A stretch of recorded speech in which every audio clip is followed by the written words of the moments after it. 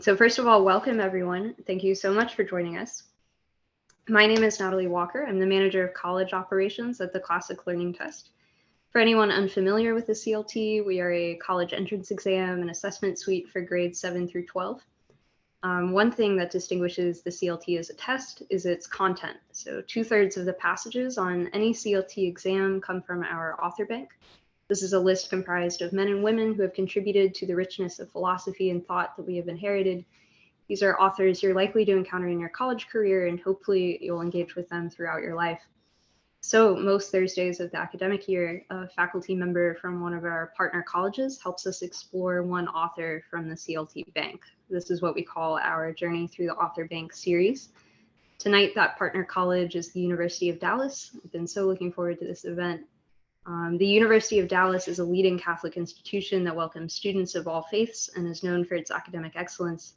While UD offers a wide range of undergraduate degrees, all designed to prepare students to address contemporary challenges within their discipline, the curriculum is based on a core that emphasizes the pursuit of truth and virtue in the classical Western tradition. The core curriculum is a series of 19 courses in philosophy, history, literature, science, etc., that are taken by all undergraduates. So a main feature of the core is its focus on primary texts. In reading the greatest thinkers of Western civilization, students maintain a dialogue with the past that helps them understand the world in which they live today. So we are going to get a taste of that dialogue tonight as Dr. Davis introduces us to Homer, the poet of perhaps the two most seminal stories ever told. So I'm putting two links in the chat now. One is the CLT author bank, and the other is the core reading list at UD. Both are lists very worth perusing, and you'll see a lot of overlap between them. We're joined tonight by Kathryn Davis, who received her PhD in literature from the Institute of Philosophic Studies at the University of Dallas and her BA in history from the University of Kansas. She is the author of Liberty and Jane Austen's Persuasion and multiple articles and essays on Jane Austen's works. Her recent essay, Stupor non meno, What Virgil Saw, a reflection on Dante's engagement with Iliad 6 in Purgatorio 28 through 30, was published in Renaissance earlier this year. She would say that the highlight of every fall semester is teaching the Iliad and the Odyssey to freshmen at UD. So you all will have a chance to ask Dr. Davis questions about Homer or University of Dallas in general after her presentation.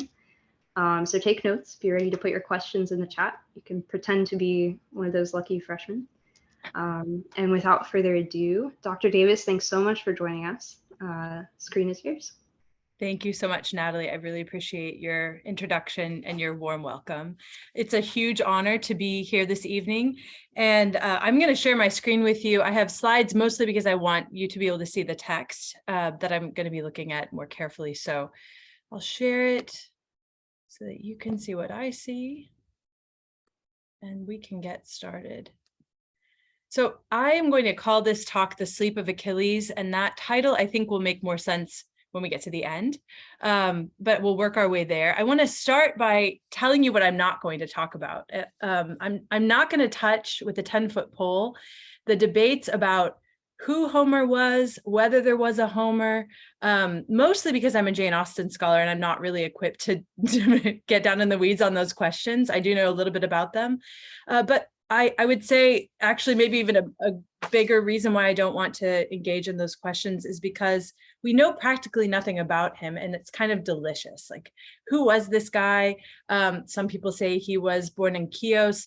Thucydides, in the history of the Peloponnesian Wars, said that Homer is said to have called himself a blind old man of Skio. And Chios is an island actually not too far off the coast of modern day Turkey, so not far from Troy, Greek, a far eastern Aegean island of the Greek islands. We don't know much more about him than that.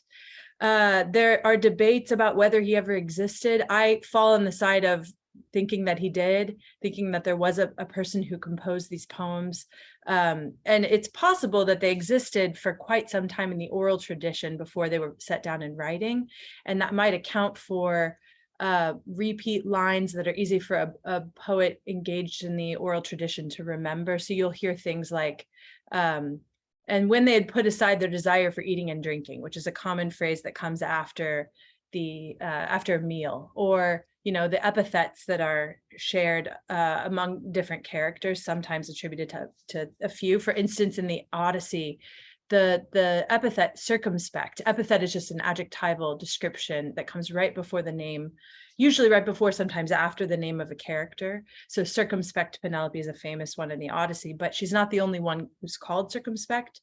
Two other characters, Eurycleia, the nurse of Odysseus, and Arete, who's the queen of the island of Scheria, of the people of the Phaeacians, the wife of Alcinous, is called circumspect queen.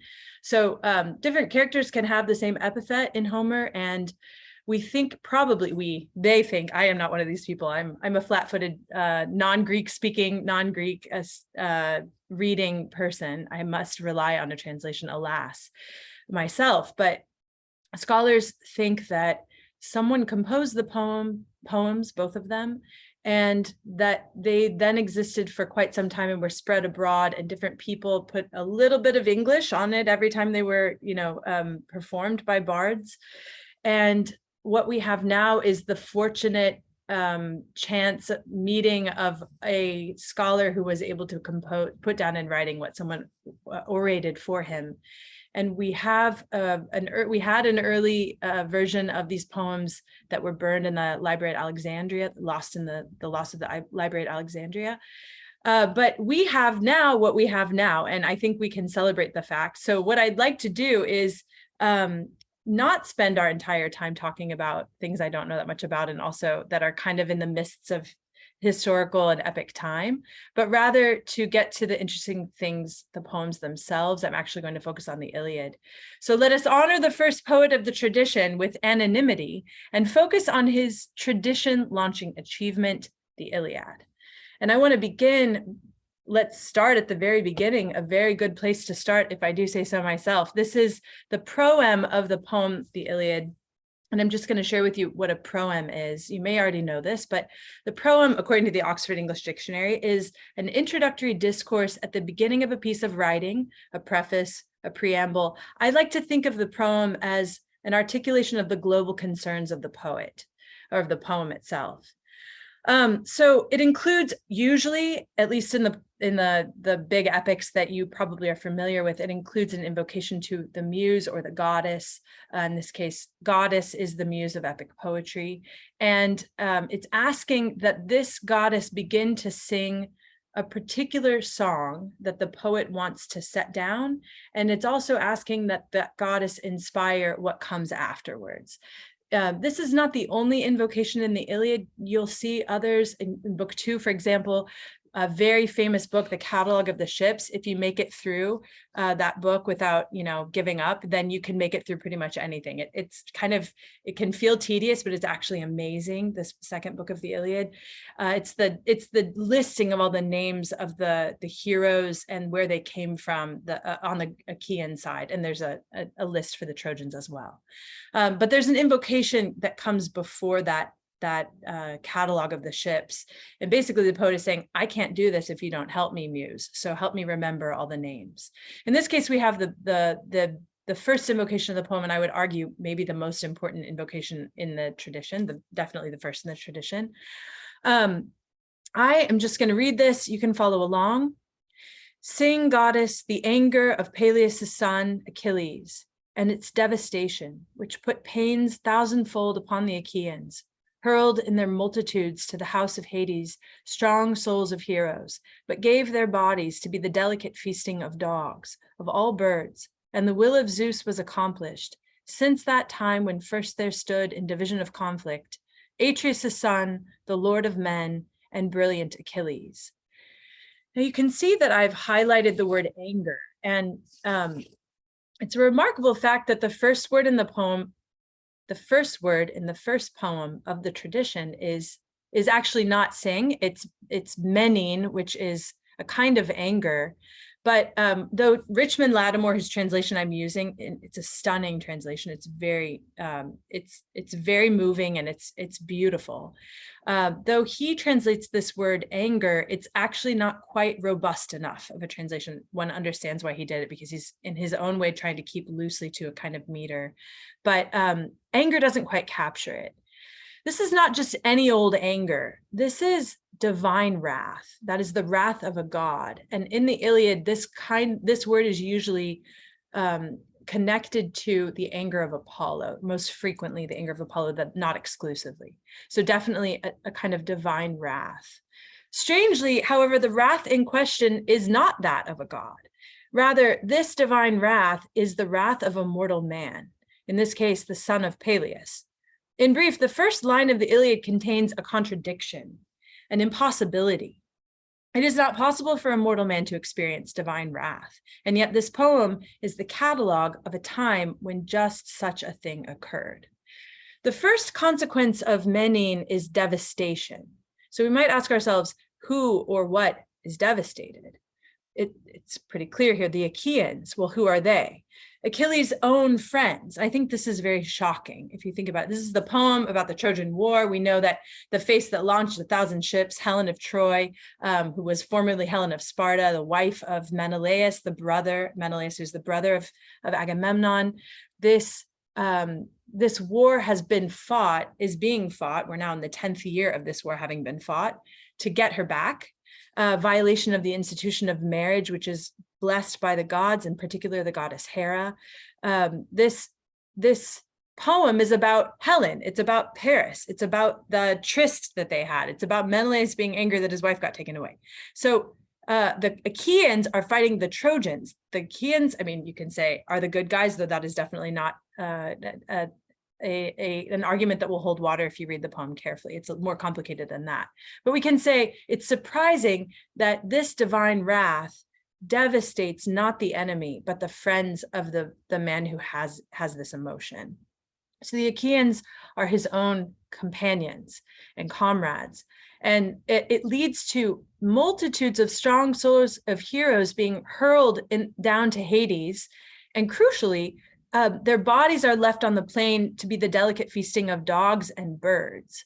And that means that I gather that it means not that Achilles maliciously refuses to have them buried, but rather that there are just so many of them that the demand outstrips the supply, demand for burial. So his friends themselves are suffering thousandfold pains. And all of this is an outrage. This is not the way things are supposed to go. All of this because of the problematic Menine, the divine wrath. So in the first problem, if the first problem of the proem is the devastation of divine wrath, the second problem involves connecting this first problem with the will of Zeus. You see in line, 5 there, the will of Zeus was accomplished. Well, what is the will of Zeus and how is it accomplished? The proem does not offer an answer to these questions, but it does tacitly assure us that by the end of the poem, we will have our answers. And it launches us into the real-time action of the drama by noting that the will of Zeus began to be accomplished at that time when Achilles and the Lord of Men, Agamemnon, first stood in division of conflict. So Zeus's will has to do with whatever it is that happened when these two Achaean kings, Agamemnon, who ranks higher because he has bankrolled more of the operation than anybody else. And there may be other reasons too, but we can at least say that. These two men, Agamemnon and Achilles, get into a terrible fight. So the quarrel opens another vital matter in the poem. We come to discover that for the past 9 days, Apollo has been afflicting the Achaean camp with plague in the form of a shower of arrows. Apollo has been angered by Agamemnon, who dishonored Apollo by taking the daughter of Apollo's priest, Chryses, as a war prize. The priest begged Agamemnon not to take the girl. Chryseis is her name, so you can see it's a kind of patronymic. The daughter of Chryses is Chryseis. We'll have the daughter of Briseis in just a moment. That's how names, at least in these two cases, work. Agamemnon has taken this girl as a war prize and he won't give her back. So the priest begs Apollo to intervene, thus the plague of arrows. The story is recounted, the one I just recounted to you, is actually recounted by the seer Calchas at Achilles' request. So in day 9 of the plague, Achilles calls an assembly and he says, we got to figure out what's happening here. So he asks Calchas to tell what he knows through his divine sight as a seer, and Calchas agrees on the condition that Achilles will offer him amnesty because he knows that what he's about to say is going to make Agamemnon very angry. The solution proposed is that Agamemnon give Chryseis back. Agamemnon resists very seriously at first, since losing his war prize would diminish his honor. The Greek word here is time. It looks like time, time. And this would diminish his honor as the greatest, meaning most kingly of all of the Achaeans. Finally, he does agree to give her back on the condition that another man give him a replacement prize. And he's already a little angry with Achilles for having called this assembly in the first place.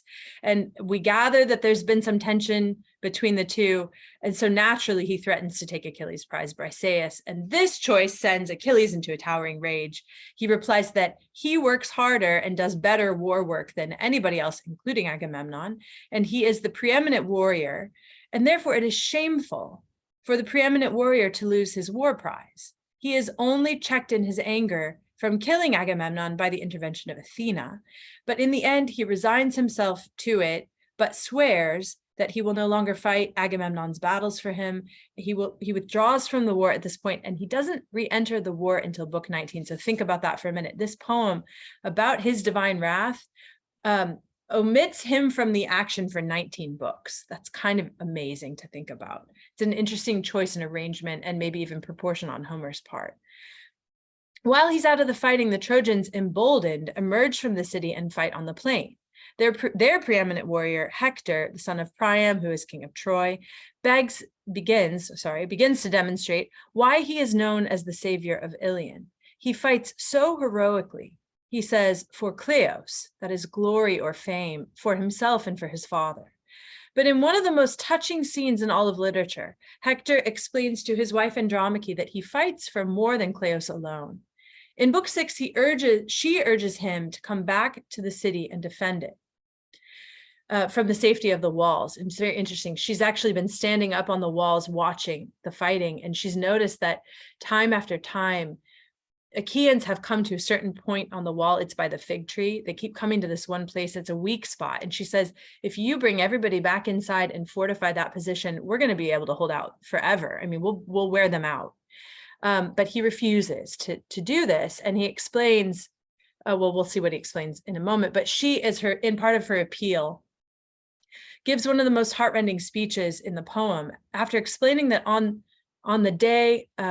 after explaining that in one day she lost practically every member of her family to the spear of Achilles. She cries out, Hector, thus you are father to me and my honored mother. You are my brother, and you it is who are my young husband. Please take pity upon me then and stay here on the rampart, that you may not leave your child an orphan, your wife a widow.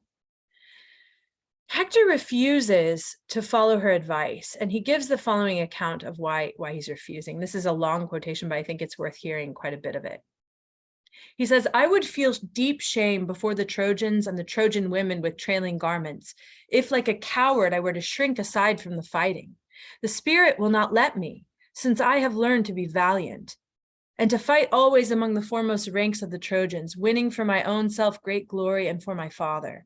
For I know this thing well in my heart, and my mind knows it. There will come a day when sacred Iliad shall perish, and Priam and the people of Priam of the strong ash spear. But it is not so much the pain to come of the Trojans that troubles me, not even of Priam the king of or Hecuba. Not the thought of my brothers who are in their numbers and valor dropping in the dust under the hands of men who hate them, as troubles me the thought of you when some bronze-armored Achaean leads you off, taking away the day of your liberty in tears. And in Argos, you must work at the loom of another and carry water from the spring, Messius or Hyperia, all unwilling, but strong will be the necessity upon you. And someday, seeing you shedding tears, a man will say of you, this is the wife of Hector, who was ever the bravest fighter of the Trojans, breakers of horses, in the days when they fought about Iliad. So will one speak of you, and for you it will be yet a fresh grief to be widowed of such a man who could fight off the day of your slavery. But may I be dead and piled earth hide me under before I hear you crying and know by this that they drag you captive. Unpacking the complete meaning of this speech is difficult, but Hector seems convinced of something of which his wife is far from convinced. Somehow, his Kleos, his glory, will come to her aid when, the city having been destroyed, she is taken captive by Achaeans and is sent into slavery in Argos. At the risk of spoiling the poem for you, but unfortunately it's a bit inevitable in a talk like this, I would like to read briefly from the speech Andromache delivers when the dead ransomed body of Hector is brought by his father back into the city for the last time. Here she laments the likely fate of their son Astyanax, whose name means his father saved Iliad. You, my child, will follow where I go, and there do much hard work that is unworthy of you, drudgery for a hard master, or else some Achaean will take you by the hand and hurl you from the tower into horrible death, in anger, because Hector once killed his brother, or his father, or his son. There are so many Achaeans whose teeth bit the vast earth beaten down by the hands of Hector. Your father was no merciful man in the horror of battle. Though she speaks of their son and not herself here, Andromache's final speech from the poem seems to undermine the hopeful sentiments of Hector's speech in Book 6. Andromache seems to know that despite his wishful thinking, Hector's glory will not prevent the angry, embittered Achaean enemies from taking revenge on the family of the man who made his comrades' teeth bite the vast earth.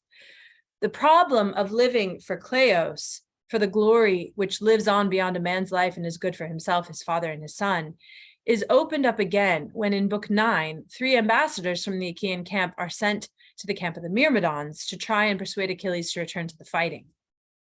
Agamemnon, whose cause is growing desperate at this point, has agreed to return Briseis and to offer Achilles a very long and very impressive list of gifts if Achilles in turn will, quote, change from his anger and, quote, give way and, quote, yield place to Agamemnon, acknowledging him as, quote, kinglier, inasmuch as he can call himself born the elder.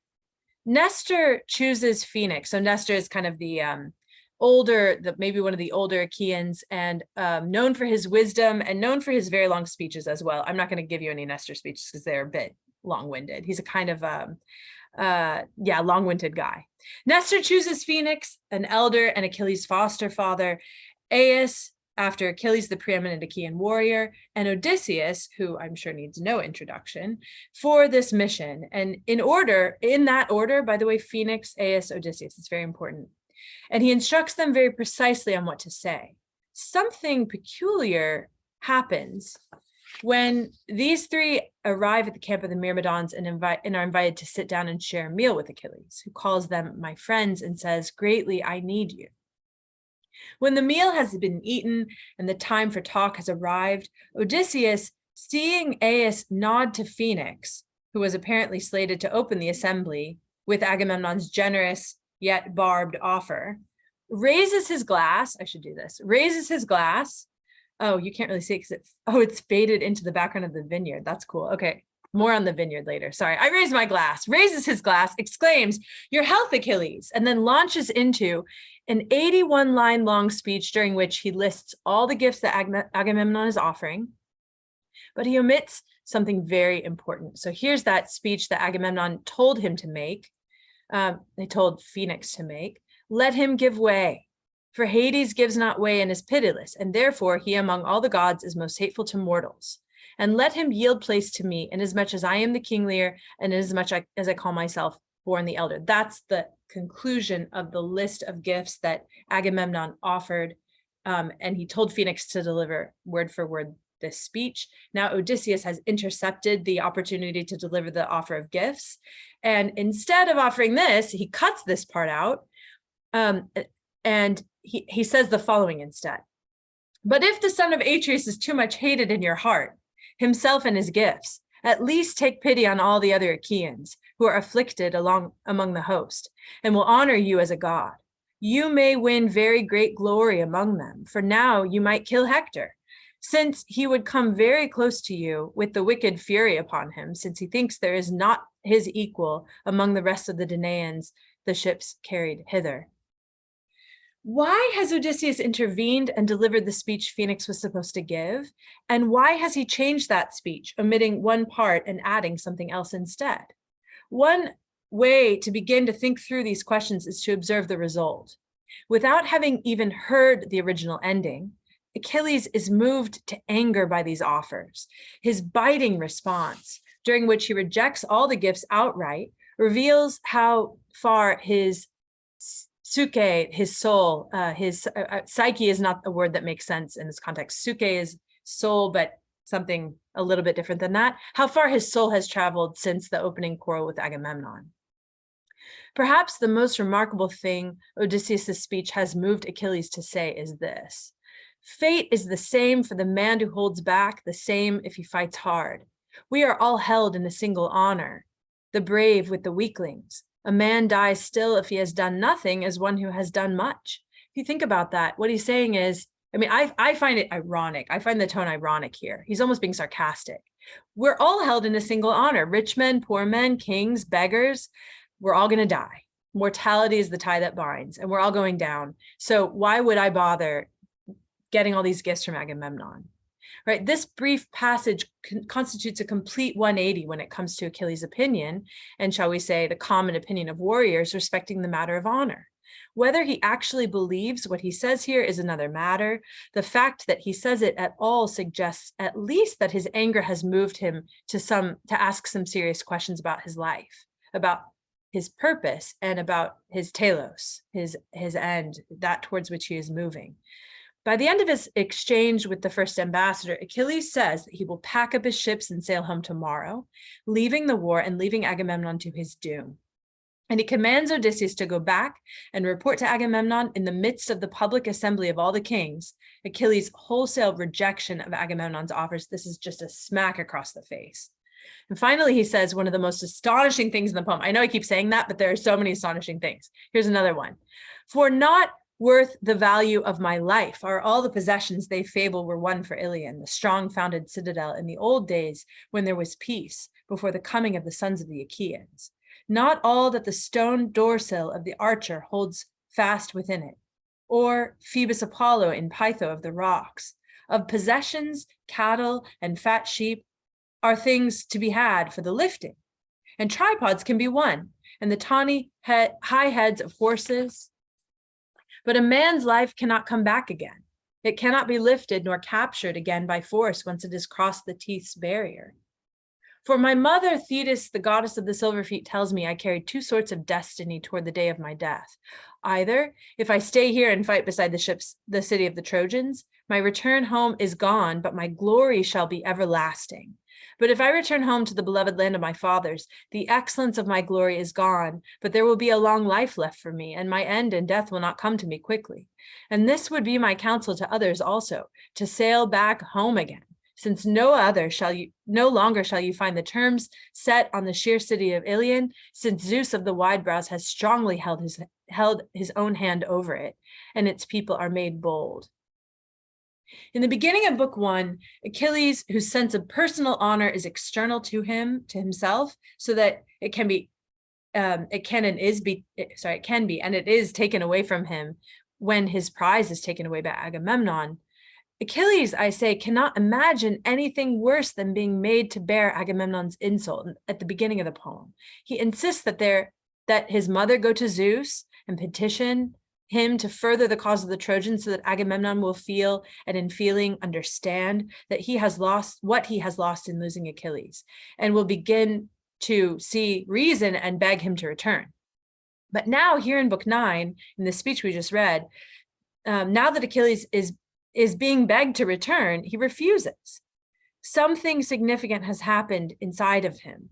By the end of the speech to Odysseus, he declares his intention to choose the fate that would see him return home to the beloved land of his fathers, losing the excellence of his glory, but gaining long life. In brief, Kleos is no longer his telos. Ha ha ha, I love my jokes. Okay, this is not, however, the end of the embassy. Phoenix, the second speaker, who was supposed to be the first speaker, interjects in tears and begs Achilles to accept Agamemnon's offer.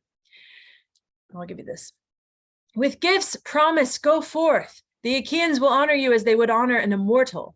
But if without gifts you go into the fighting where men perish, your honor will no longer be as great, though you drive back the battle. But Achilles' response again upsets the apple cart. He says, Phoenix, my father, aged, illustrious, such honor is a thing I need not. I think I am honored already in Zeus's ordinance, which will hold me here beside my curved ships as long as life's wind stays in my breast, as long as my knees have their spring beneath me. You stay here and sleep here in a soft bed, and we shall decide tomorrow, as dawn shows, whether to go back home again or else to remain here. Let us not overlook the really earth-shattering importance of the opinion that Achilles floats here. He says that the kind of honor Agamemnon offers him is worthless to him, since he is, quote, honored already in Zeus's ordinance. I take this to mean that because Zeus bowed his head to Thetis and agreed to further the cause of the Trojans so that Agamemnon would feel the want of Achilles, that bow signifies that Achilles somehow has Zeus, on a string in his back pocket, that Zeus is somehow subject to Achilles' wishes or his desires, that somehow Zeus is under his own authority or control. It strikes me as a deluded speech, one which bespeaks an attitude or disposition, or at least opinion that will make him suffer when it is shattered by reality which is soon to come. At any rate, after Achilles invites Phoenix to stay over, he makes it clear through unspoken gestures that he is ready for his guests to leave. This is not the kind of message a host ought to be sending to a guest. If both host and guest subscribe to the institution of xenia, that is hospitality or guest friendship. It's very rude. He basically says, like, make a bed for Phoenix. Oh, time for bed. Everybody tuck in. You guys should leave now. This is the kind of, these are the nonverbal gestures that he offers. And Aias, who hasn't yet even gotten a word in edgewise, is incensed by this. He angrily tells Odysseus that they should leave, seeing that, quote, Achilles has made savage the proud-hearted spirit within his body. Achilles evidently feels some compunction after he hears Aias's honest-hearted indignation. His final message back to Agamemnon, entrusted to Aias, but evidently never delivered, is that he will not, quote, think again of the bloody fighting until such time as the son of wise Priam, Hector the brilliant, comes all the way to the ships of the Myrmidons and their shelters, slaughtering the Argives, and shall darken with fire our vessels. Achilles' change in position regarding his plans for the future is admittedly somewhat schizophrenic. First, Achilles tells Odysseus that he is sailing home tomorrow. Then he says to Phoenix that he will stay beside his ships until he dies, until the breath leaves his body and his knees give way underneath him. But then that is a decidedly different message from the one that he had delivered to Odysseus. Then he says to Phoenix that he and Phoenix should stay so that they can decide together tomorrow whether they will go back to Peleus or not, whether they'll go back to Achilles' homeland or not. Finally, he tells Aias to tell Agamemnon that he is going to stay until Hector comes to his own ship bringing fire. I think this simply suggests to us that though his ideas of honor and glory have changed or are changing, his feelings about them have not yet changed. It takes a long time to rehabituate the entire person given a newly discovered truth, or at least insight. He seems to have had one. And his tacit suggestion that Zeus's will equals Achilles' will reveals that he still has a lot of learning to do in this poem and that he is going to have to learn the hard way. Over the next 6 books or so, the Achaeans are routed by the Trojans. By book 11, hero after hero has fallen wounded in action, and Achilles raptly watches all the action from the prow of his ship. At a certain point, he sends out his best friend and henchman, second in command, Patroclus, to find out whether one of the men he just saw wounded was his friend Machaon. Patroclus does Achilles' bidding. He goes to Nestor's tent, inquires about the wounded man, and begins to turn and go back to Achilles. But then Nestor reminds him of a few important things. First, Patroclus, the elder, the cooler-headed and wiser, was commissioned by his father to be a voice of reason and counsel for Achilles. And reasonable counsel is what Achilles needs now. And second, Nestor suggests that if Achilles himself persists in refusing to fight, he might at least send Patroclus out in Achilles' armor. The Trojans will think that it's actually Achilles, at least for a time, and they, in their terror, might retreat, giving the Achaeans some much-needed breathing space. Patroclus takes this message on the run back to the camp, and when he runs into his friend Eurypylos, newly wounded, who begs Patroclus for help, he hits a moment of choice that might be the decisive moment of choice of his entire life. It seems it's very subtle. It's kind of understated in the poem, but he's on his way back. He says to Nestor, you know how Achilles can be. He's a hard man, easily angered. So I need to go right back to him and deliver the message you've given me. But then on the way back, he's stopped by someone he cares about bleeding out, basically. He's not dying, but he's bleeding a lot. And Eurypylos asks him for help, and this is maybe the definitive moment for Patroclus. He must decide whether obeying his master is what he's going to do, or whether he's going to be his own man, an agent of action himself. He chooses to stay. He chooses to help Eurypylos, since he has learned the healing arts actually from Achilles. So it's an interesting feature of Achilles' character that he's both the greatest killer and a healer at the same time. When in book 16, Patroclus finally returns to the Myrmidon camp, he is ready to deliver Nestor's message with conviction, having had this experience with Eurypylos. He asks Achilles to re-enter the fighting. Barring that, he asks to be allowed to fight in Achilles' armor. Achilles agrees, but his commands are somewhat odd. He tells Patroclus to, quote, beat the bane aside from the Myrmidon ships and to, quote, fall upon them with all his strength, but also to come back once he has driven them from the ships and not to drive them all the way back to the city, since, quote, otherwise Patroclus will diminish Achilles' honor. Still harping on his honor, he expresses the following wish as he agrees to let Patroclus fight. Father Zeus, Athena, and Apollo, if only not one of all the Trojans could escape destruction, not one of the Argives, but you and I could emerge from the slaughter so that we two alone could break Troy's hallowed coronal. Sorry, that's supposed to be hallowed. This is a startling sentiment. He wishes that every single other man involved in the war would die, not just the Trojans, his own friends, the ones he said he had need of in book 9. Now in book 16, he's saying, I wish they would all die, and that he and himself, he and Patroclus, would be the only ones to survive, and that they would sack the city of Troy single-handedly. So while he's still concerned with his own honor, he has ceased to be concerned with the welfare of his friends, even Odysseus, Phoenix, and Aias, despite all the things that he said in book 9, which I don't think we should sweep under the rug. They're things he really said and thought, but he's obviously conflicted. The death of Patroclus is one of the most moving moments in the poem. Spoiler alert, Patroclus dies. He goes out in a blaze of glory so that Apollo himself, along with Hector, has to be involved in delivering the decisive blow that kills him. And his companions fight against the Trojans over his body, but they only get it back once its armor, which, as we recall, is Achilles' armor, has been stripped. So now Hector has killed the henchman of Achilles, and Hector has Achilles' armor, and he ends up wearing it, we're not going to talk about that much, but you should know that Hector dies wearing Achilles' armor, having stripped it from Patroclus. Once Achilles is told, he goes to the edge of the ditch. This is one of the coolest moments in the poem. Goes to the end of the ditch the Achaeans dug to protect the ships from the Trojans, and cries out his great battle cry. I wish I could do it.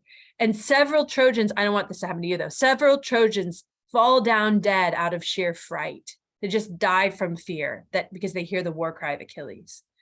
He then waits while his mother petitions Hephaestus to make him new armor, including a shield, one of the most extraordinary objects never to have been made, except in the imagination of a poet, in literary history. Time won't permit us to look at the shield of Achilles in detail, but someday when you do, or maybe you already have, you will find much to consider, respecting the gods' view of mortals contrasted with Homer's broader vindication through the poem, but beyond the shield, of the mortal life over and against the opinions of the gods. But for now, we have to turn to what happens after Patroclus's death, and that is the rampage of Achilles. Achilles Aristeia. His exhibition of divinely inspired heroic excellence in combat. This Aristeia following the death of Patroclus is action-packed and intense. And I would simply like to point out two things. First, his decision to rejoin the fighting and to lay to rest his quarrel with Agamemnon, a staged reconciliation occurs toward the beginning of book 19, is not to be confused with the coming to rest of the problem of Menin, that problem of divine wrath that we talked about in the beginning. Though the object of the wrath has changed from Agamemnon to Hector, the human killer of Patroclus, the divine wrath of the mortal man remains a problem in need of resolution through book 23. Second, the more he strives to achieve revenge for what was done to Patroclus, the more he falls apart at the seams. The divine, I don't mean that he starts to fail as a warrior. He crushes, he's a killer. He goes out and destroys everyone.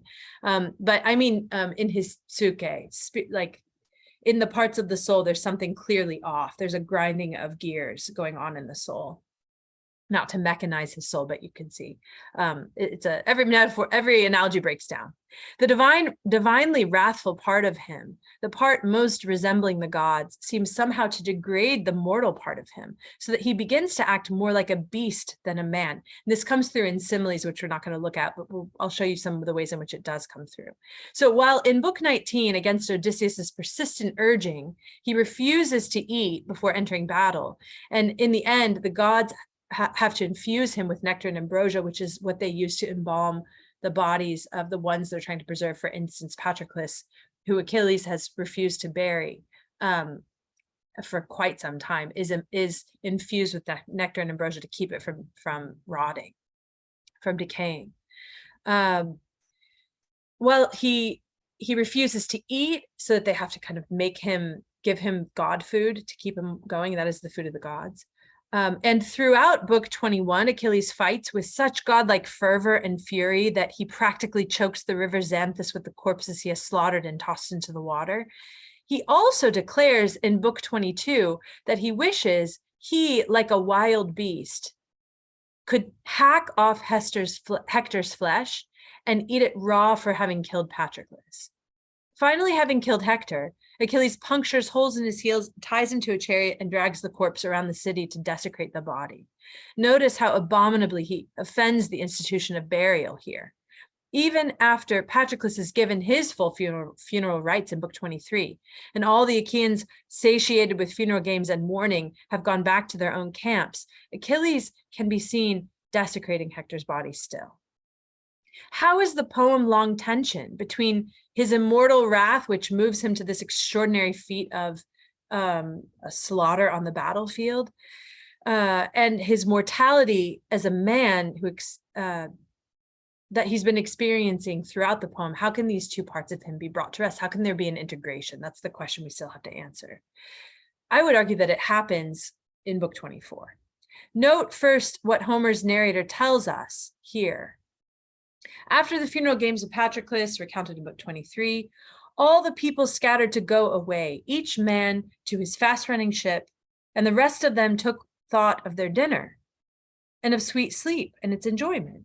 Only Achilles wept still as he remembered his beloved companion, nor did sleep, who subdues all, come over him, but he tossed from one side to the other in longing for Patroclus, for his manhood and his great strength, and all the action they had seen to the end together, and the hardships that he had suffered, and the wars of men hard crossing on the big waters. Remembering all these things, he let fall the swelling tears, lying sometimes along his side, sometimes on his back, and now again prone on his face. Then he would stand upright and pace, turning in distraction along the beach of the sea, nor did dawn rising escape him as she brightened across the sea and the beaches. Then, when he had yoked running horses along under the chariot, he would fasten Hector behind the chariot so as to drag him, and draw him 3 times around the tomb of Menœtius, his fallen son, then rest again in his shelter, and throw down the dead man and leave him to lie sprawled on his face in the dust. The book begins with an insomniac Achilles still desecrating the body of Hector. Homer then pans up to Zeus, holding council on Olympus among the gods. Zeus declares that they have allowed things to go far enough and that it is time for Achilles to give the body back, lest he anger the gods who uphold the institution of burial, which he's currently violating. The gods send a messenger to Achilles demanding that he return the body to Priam, and Achilles, very surprisingly, without much fuss, agrees. They also send a messenger to Priam to tell him to visit Achilles' camp, bringing gifts to exchange for Hector's body. Priam goes in the middle of the night, guided by Hermes, to the Myrmidons' camp, bringing a wagon load of ransom gifts. With Hermes' help, Priam makes his way inside Achilles' shelter. And we are told that he went unseen by the other men and stood close beside him and caught the knees of Achilles in his arms and kissed the hands that were dangerous and manslaughtering and had killed so many of his sons. And then we get this extraordinary epic simile from the narrator. As when dense disaster closes on one who has murdered a man in his own land, and he comes to the country of others, to a man of substance, and wonder seizes on those who behold him. So Achilles wondered as he looked on Priam, a godlike man, and the rest of them wondered also and looked at each other. Let's unpack this simile for a minute. What is being compared to what?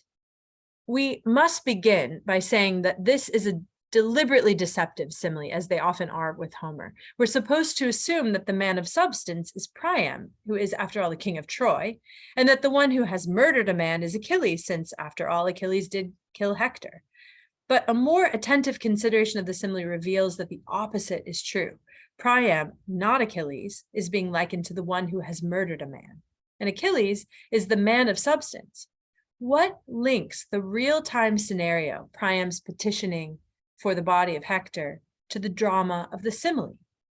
Simply put, it is wonder.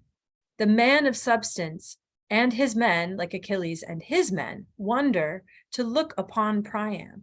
Why? Because he has done something just as, or perhaps even more, daring than anyone else in the entire poem. In his subsequent supplication to Achilles, he goes on to explain his wonderful situation to Achilles quite plainly. Honor the gods, Achilles, and take pity upon me, remembering your father, yet I am still more pitiful. I have gone through what no other mortal on earth has gone through. I put my lips to the hands of the man who has killed my children. This great man, in substance, in decorum, in dignity, in political power, in intelligence, has, in effect, put himself at the mercy of the man who showed no mercy to his sons, especially to his darling son. Achilles is confronted here with a man like himself in virtue, or a little better, undergoing the agony of having lost his precious child. This is incredible for Achilles to see, because it is utterly human excellence. Achilles wonders at something old and weak and mortal, mustering the strength to beg from the greatest of his enemies. This speech moves Achilles and Priam each to weep together. The former for Patroclus and for his father Peleus, who will not have a son to care for him in his old age, and the latter, who has lost his beloved son and is now bereft in his old age. Homer's narrator tells us that the sound of their mourning moved in the house. The sound of their mourning moved in the house. Sound moving is a weird thing to think about. It's almost like corporealizing the sound. It's making it tangible. That's how significant this moment is, this moment of grieving. Once they had taken full satisfaction of mourning, Priam presses Achilles to return the body, and he does.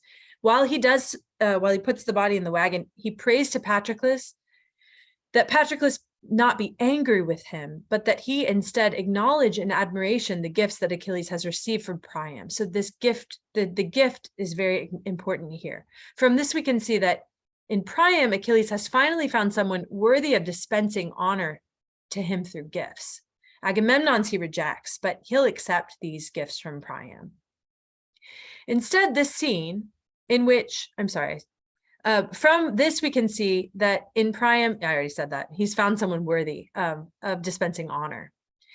The gods could have whisked away the body by night and restored it to Priam that way. And they even kind of talk about doing that at various points in the poem with different heroes. For instance, Sarpedon is the son of Zeus and he's killed, and Hera, to console Zeus for the fact that Zeus is going to have to take the hit, that is, lose his son, Hera suggests that they whisk the body away and take it back to Sarpedon's family back home.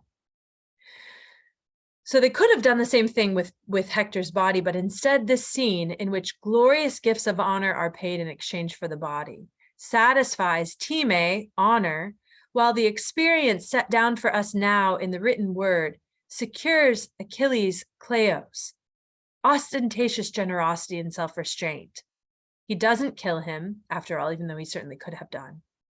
Offered and exercised on behalf of his greatest enemy. And this kleos is secured for as long as the poem will last. So here we are, who knows, 3,000 years later, still talking about this extraordinary moment. After the body has been placed in the wagon, Achilles offers Priam xenia, hospitality, and better yet, guest friendship. They share a meal together, the first human meal that Achilles has eaten since the death of Patroclus. Remember the nectar and ambrosia, that's all he's had. And once they have put aside the desire for eating and drinking, they engage in some very surprising after dinner entertainment. Here's what they do.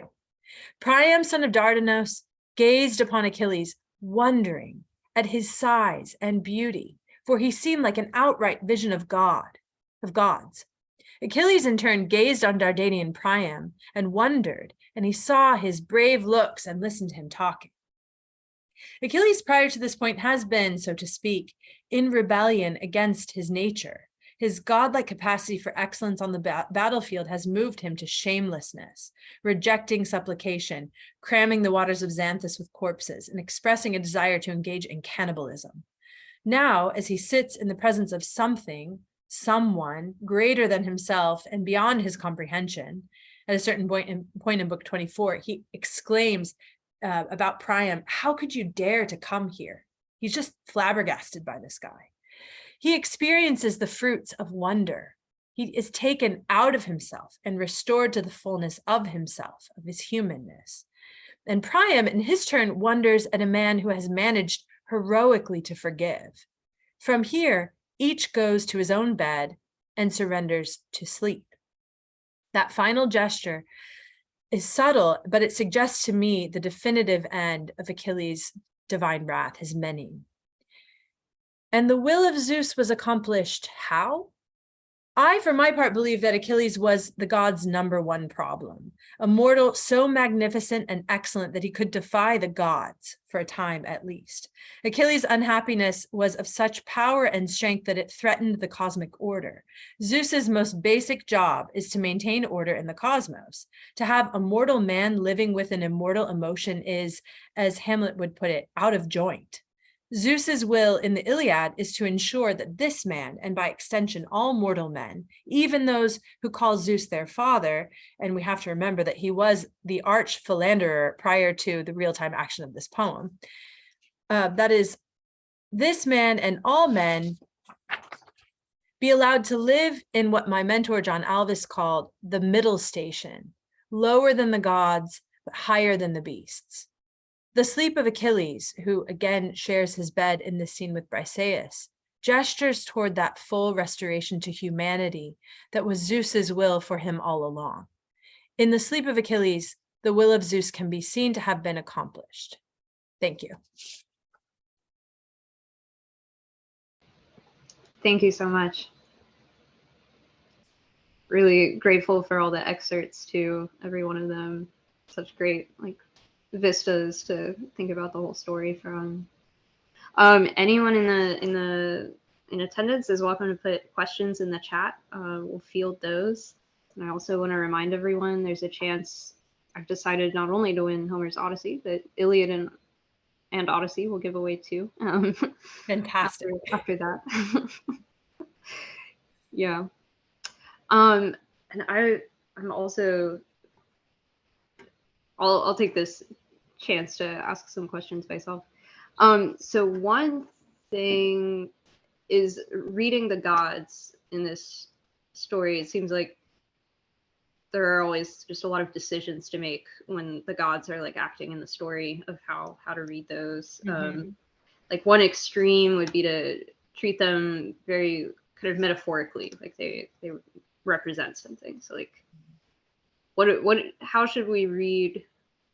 Yeah, do you have any advice that you give to freshmen maybe in reading these epics when it comes to the gods and fate, perhaps as well? Yeah, good big questions there. I'll do my best. When I talk to freshmen about this question, I usually say, I mean, we teach the Iliad in a department that's committed to treating a poem as a poem and not a philosophical work or a political work.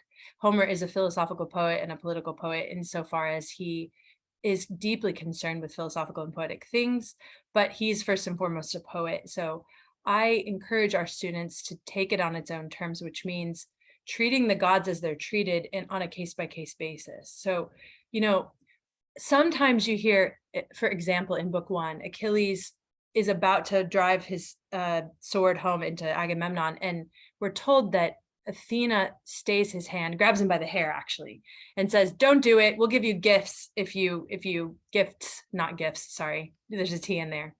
We'll give you gifts if you stay your hand, and it will be much better for you." Did Athena grab his hair, or is Athena's intervention? I mean, sometimes she's said to put good thoughts in men's minds. So is Athena physically intervening there? Well, the poet says she is. What does it actually mean? It might mean in her case that she's inspiring the character with some sort of practical wisdom there. Like the wiser thing to do is to stay your hand at this moment. On the other hand, book 4, if I'm not mistaken, it's book 4, there's the hand-to-hand combat between Menelaus and Paris. And Paris is about to get killed by Menelaus, and he's dragging Paris around by the strap of the chin strap of his helmet. And we're told that Aphrodite snapped the strap and took him up to his bower, took him up to his bedroom in the palace of Priam. I find it difficult to account for how that happened, how he went from the battlefield to the bedroom, if we aren't supposed to take seriously some sort of divine intervention there.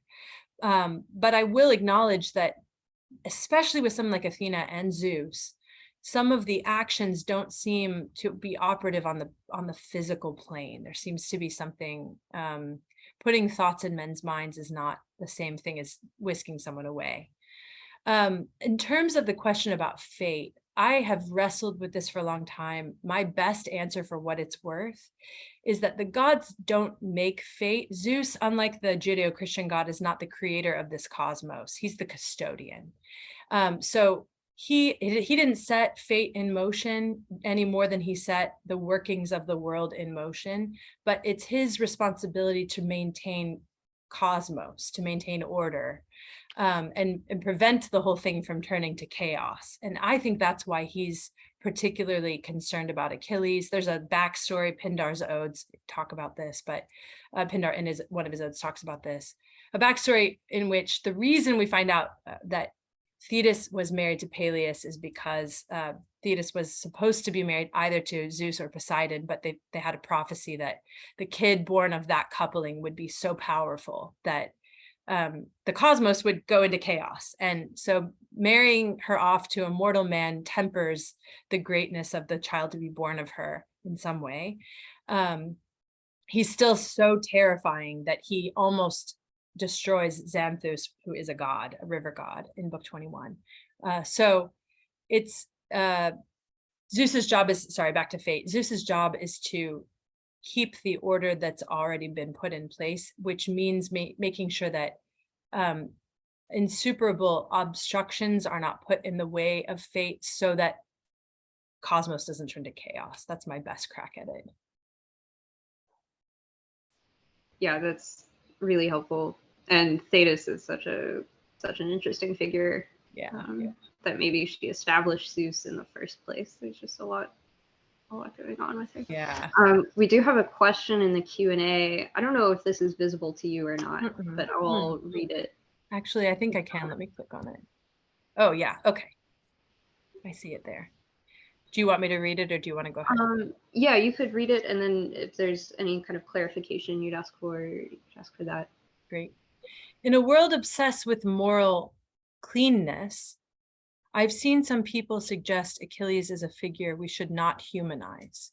Do you think there's merit to that rejection of him as relating to moral men, and more as a divine figure with wrath like Zeus or Poseidon?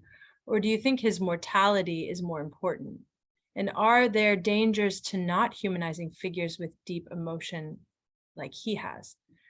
Okay, so if I understand the question, it sounds like you're asking, do I see a problem with humanizing Achilles?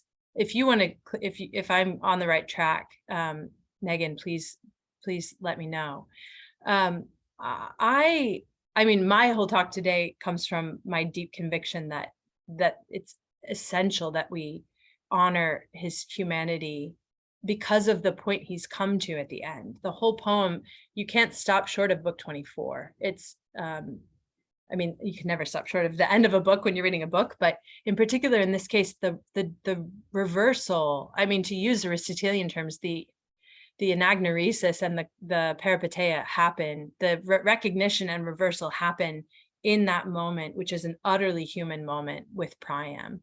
And it's not that he learns humility, it's not that he tempers his pride. These are 21st century impositions on the text. It's that he sees someone as great as him, if not greater, begging him for mercy, and he's moved by that he's moved to such a degree that he's taken out of himself. And that's clearly what needs to happen as early as book 16, when he makes that really bizarre prayer, as I mentioned, in which he wishes that only he and Patroclus, that Zeus would give his benediction to, the two of them sacking the city by themselves. Just he's lost track. I think if there's a critique, it's of an Achilles who has lost sight of all proportion or scale, or maybe we could even say a rootedness in what it means to be a human. And I think he gets that back in book 24. And maybe I didn't make it sufficiently clear, but the sleeping and the eating are the human things. Gods don't sleep and gods don't eat. Actually, gods do sleep, but it's kind of weird when they do, and I won't go into that here. Occasions on which they sleep in the poem are, well, I guess I can say it discreetly or delicately. Hera seduces her husband, and after she's seduced him, we're told that he falls into a sleep, but it's a sleep that's been inspired by the god of sleep. So it's not a natural sleep. He's had a sleeping pill dropped in his water or something like that, so the characters, I mean, men in the Homeric poems are often called brotoi, that is eater of bread or bread eater. And Achilles becomes a bread eater again in book 24, and Achilles becomes one who submits to and surrenders to sleep. And those are utterly human activities, behaviors, that suggests to me that integration, that rebalancing has happened within him. So I think it's essential that we humanize him and not, as you put it, not humanize him. Sorry for the double negative. Dehumanize him, I guess. Does that help, Megan, or answer your question?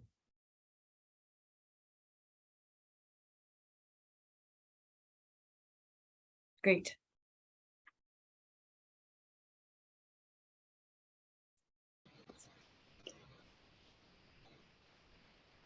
I was wondering if you could maybe say more about, I mean, you've said it a number of times now, but it's a fun one and a difficult one to look at really directly, like the mutual gaze between Priam and Achilles. Like, yeah, what is Achilles seeing in Priam? And what does it have to do with his own father? Kind of, if you could say anything about Peleus. Great. I'm going to put the text back up here. I think it would be good to see it again, so we can look at it together. So there are two moments when Achilles wonders at Priam. This is the second. The first is when Priam first slips into the camp of the Myrmidons, and that's already miraculous, because actually I didn't mention this, but Hermes has to help him lift the gate because it's so huge that only Achilles can lift it. So it's a super defense, and Hermes helps open it so he can get in. But the fact that he's there at all is already wonderful, and it suggests that there's some god behind him helping him out. I think it's important to remember that Priam, I usually make my students count this or recall the number. At a certain point in the poem, we're told that there are 50 bedrooms for the sons of Priam in the palace of Priam and 12 bedrooms for the daughters of Priam in the house of Priam. So that's 62 kids, which suggests opulent wealth, because you have to have that kind of like those resources to sustain a family that large. Obviously, it also suggests a harem, not monogamous marriage. So Hecuba is the queen of Troy, but he's had other concubines, other wives, and some of his children are children of the queen and others are not. Hector and Paris are both children of Hecuba, but this is a man who has such extraordinary wealth. He's really like the kind of icon of prosperity, of success. And then his son, Paris, goes off and has an indiscretion, shall we say, makes an indiscreet choice and brings back another man's wife. And this destroys Troy. But in year 10 of the war, there's an opportunity. This happens in book 7 of the Iliad. We're told that the Achaeans come to the Trojans and say, we'll go home if you give Helen back.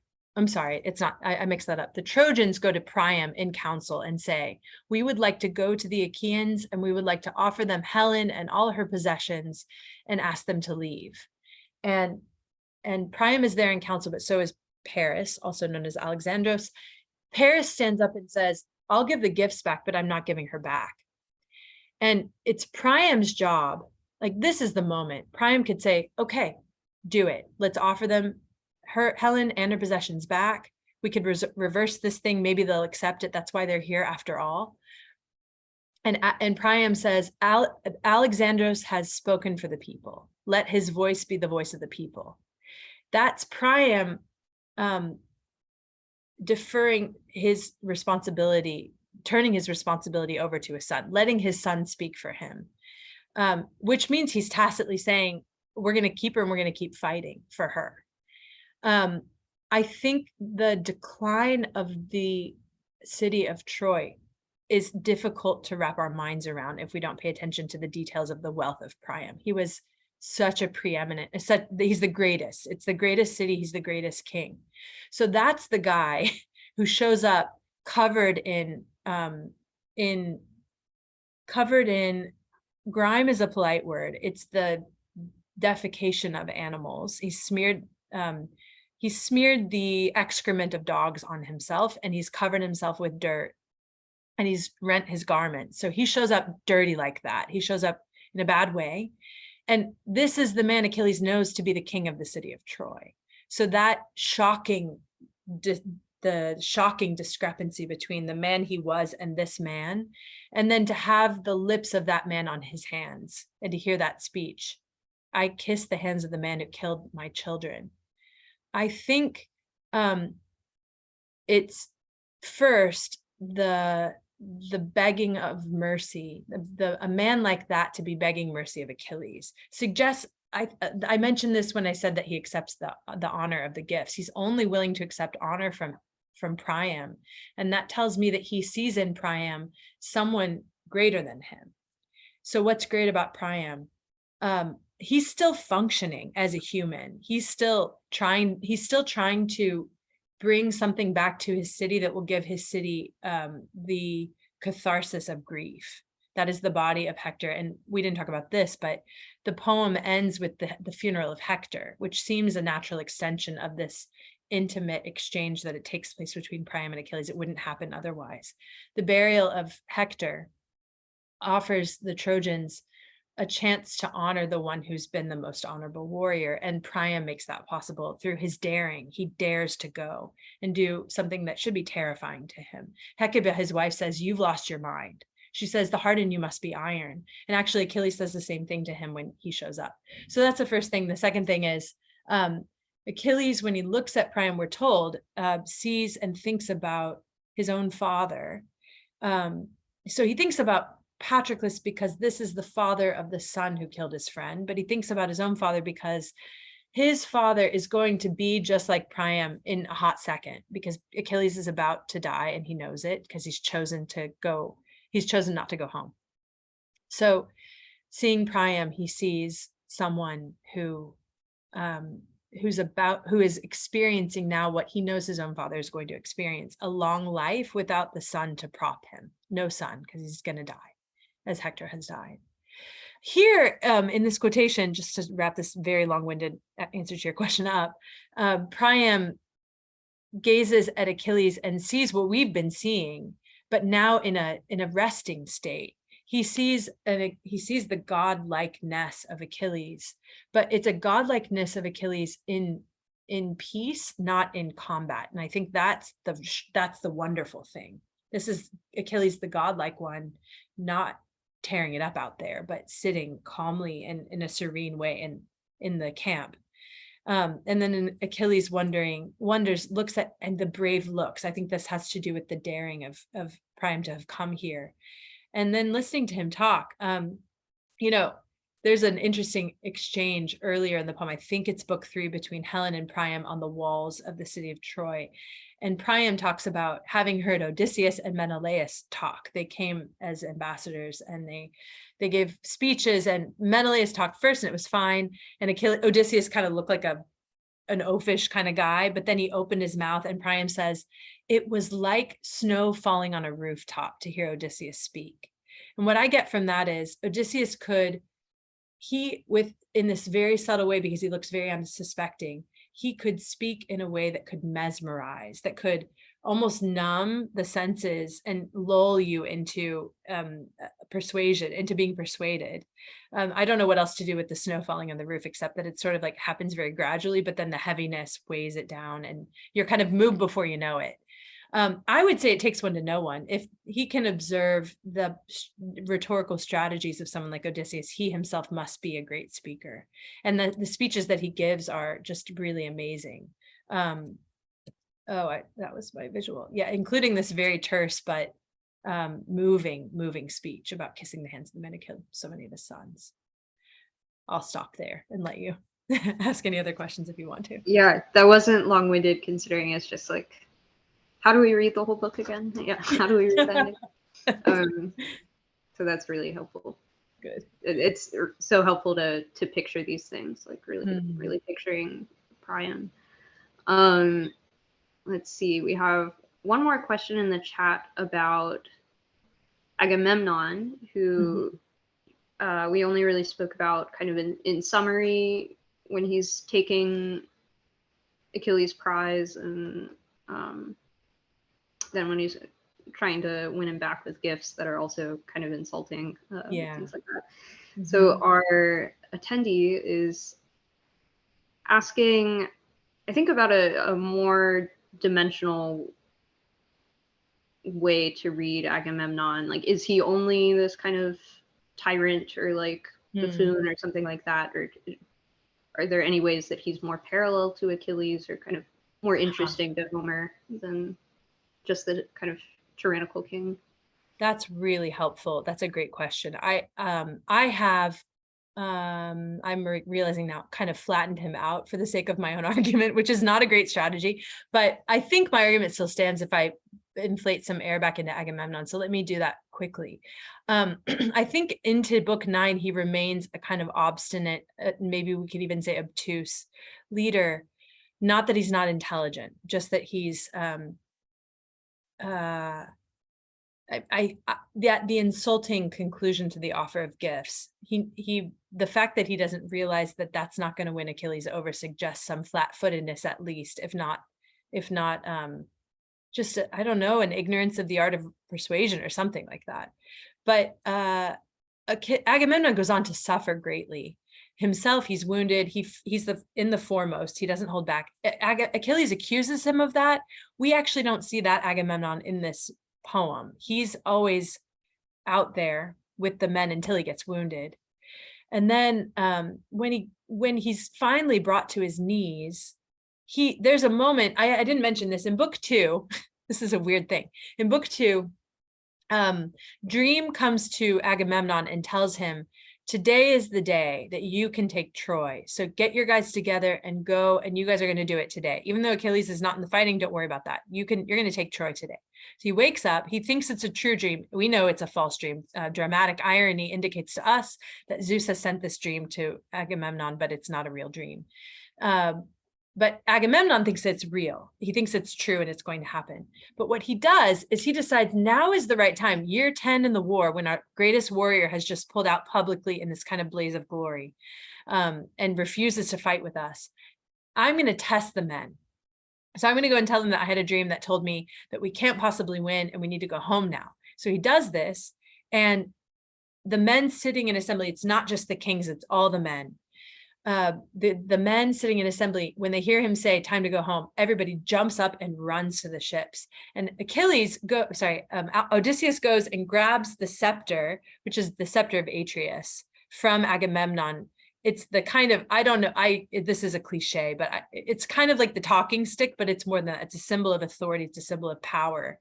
It's also very heavy. And he uses it as an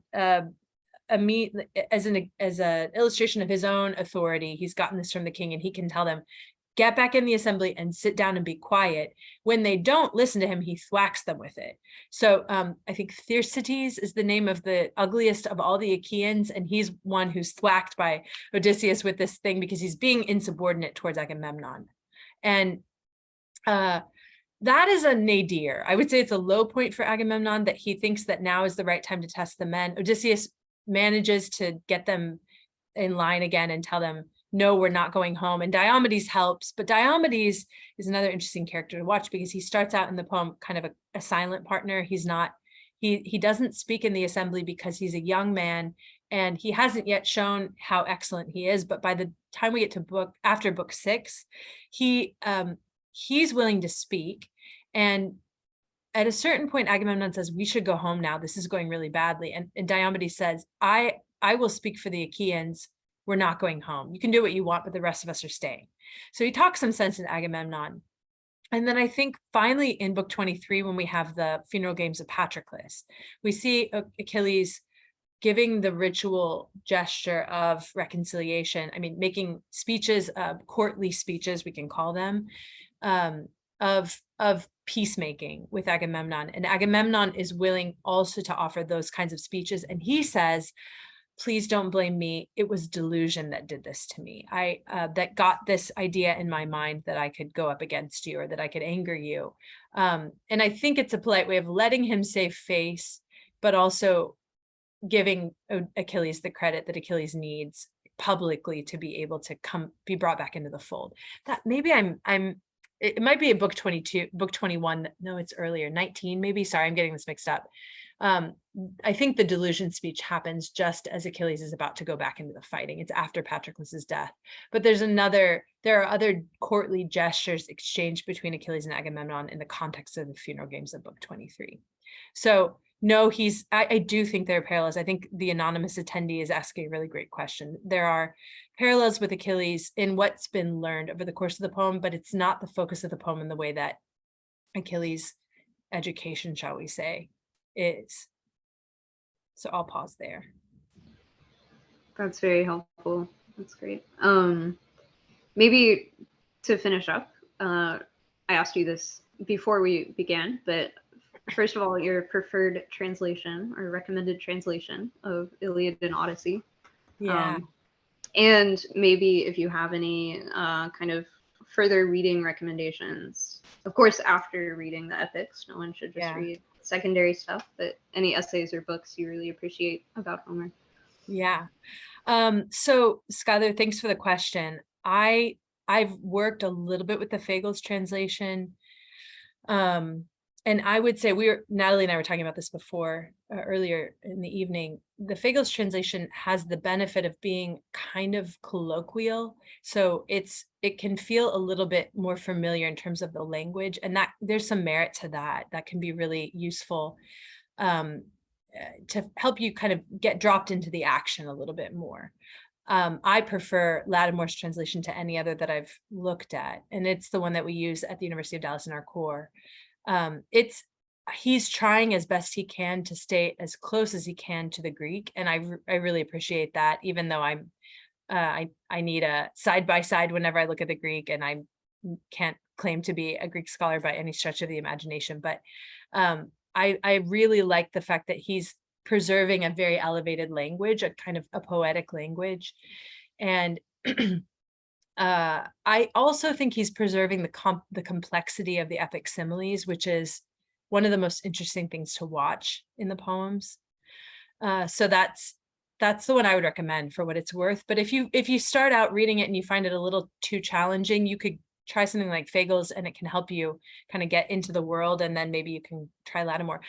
But these are all band-aids. The real answer to your question is we should all dispense with translations and become classics majors and study in the original Greek so that we can actually read Homer's language, or at least the one who set it down in the written tradition ourselves.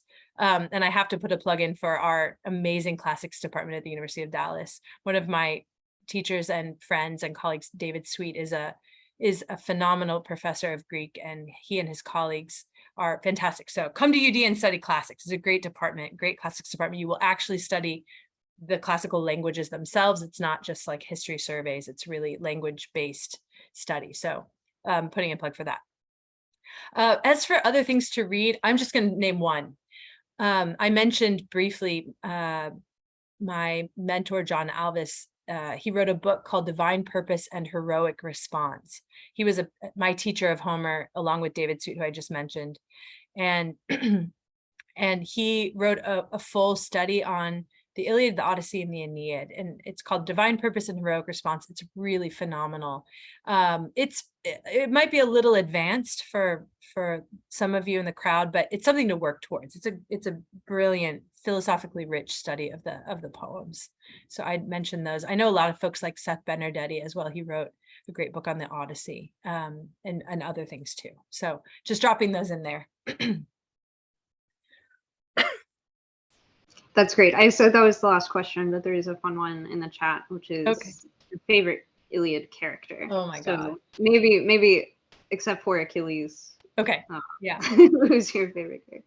I'm going to say two. And I say these two together because they belong together. Odysseus and Diomedes, or Diomedes, potato. I like Homer seems to be using them to exhibit a certain quality of Greek, or rather, we shouldn't say Greek, of Achaean warriors that Trojan warriors don't seem to have. I shouldn't like this, it's not virtuous, but there's a cunning, there's a kind of, there's an intellectual excellence. So they're great warriors, but they're also really smart. And I like that about them. And I'll just give you one example. Diomedes in book 6 meets another character named Glaucus, and they have this exchange. And Diomedes asks Glaucus, who are your parents? Who's your family? And Glaucus gives this, I think, probably 100-line speech on his family and his heritage and all the things. And the Diomedes takes his spear and throws it into the earth. He stabs the earth with it, and he says, oh, you're my guest friend, because my grandfather and your father, or my grandfather and your grandfather were guest friends. They exchanged gifts. They gave each other hospitality when they visited each other. So even though we are here as enemies, let's make a pact that I won't kill you and you won't kill me. There are plenty of other Trojans here for me to kill, and allies of Trojans, but you and I will be safe for each other. And I have a great idea. Let's exchange armor to seal our pact of friendship. And so this is Diomedes' speech, but then the narrator, the bard, the poet, gives a little narrative comment. He says, but Zeus stole away the wits of Glaucus, so that Glaucus exchanged his armor with Diomedes. His armor was gold. Diomedes was made of ox hide. So Diomedes got this like opulent, brilliant, beautiful armor from Glaucus that was worth 10 times his own armor. And if you think about it, what he's just done is he's stripped the armor off of a living body. So in the fighting, what you do is you kill your enemy, and then you strip the armor and you take it back to your camp, so you have extra spears and stuff. But also, if it's a really great like blingy armor, then you get beautiful things to take home, war prizes, whatever. But in this case, he didn't even have to kill the body. He got him to he stripped his enemy without having to kill him. It's kind of genius, and it's not very nice, but it's a sign of the intellectual excellence, I guess you could say, of some of the Achaeans, including Odysseus and Diomedes. So.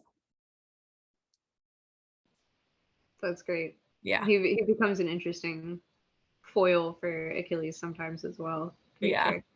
Yeah. That's I'm fantastic. glad, Megan, I'm glad to hear Diomedes is your favorite too. That's great. Dr. Davis, thank you so much for this. Thank you for your time. It was a really wonderful way into the book, I think, many ways in. So I'm so we glad. really appreciate you.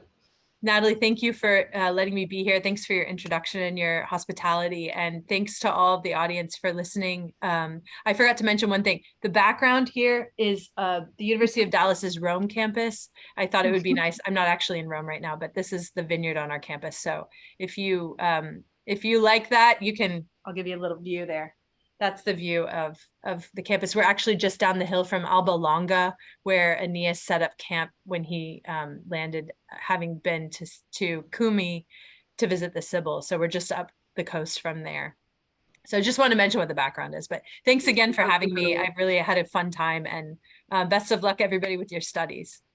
Thank you so much. I hope you spend a lot of time on that campus. I get to. I'm really lucky. Yeah. Well, thank you so much. Have a good night, everyone. Thank you.